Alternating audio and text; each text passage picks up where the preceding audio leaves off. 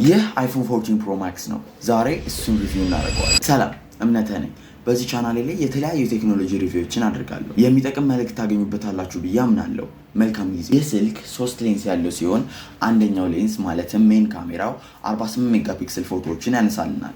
ማለትም ጥራት ያላቸው አሪፍ ፎቶዎችን ያነሳልናል። ሁለተኛው ሌንስ ደግሞ 12 ሜጋፒክሰል አልትራ ዋይድ ሲሆን ይህም ማለት ጥሩ ፎቶዎችን ያነሳልናል ማለት ነው። ሶስተኛው ሌንስ ቴሌፎቶ ይባላል። ቴሌፎቶ ማለት ስልካችን ላይ ቪዲዮ ስንቀርጽ ወይም ደግሞ ፎቶ ስናነሳ እስከ 3 ታይምስ ዙም ስናደርግ ከ3 ታይምስ እስከ መጨረሻው ያለው ቴሌፎቶ ይባላል። የዚህ 14 ፕሮ ማክስ ባትሪ ሙሉ ቀን ያስጠቅመናል። ዲስፕሌው ጋር ስንገባ 6.7 ኢንች ትልቅ ዲስፕሌይ ያለው ሲሆን ሻርፕ ክሪስፕ የሆኑ ኢሜጆች እና ቪዲዮዎችንም ዲስፕሌይ ማድረግ እንችላለን። የዚህ ስልክ ቢውልድ ስቴንለስ ስቲል ፍሬም እና ሴራሚክ ፊል ፍሮንት አለው።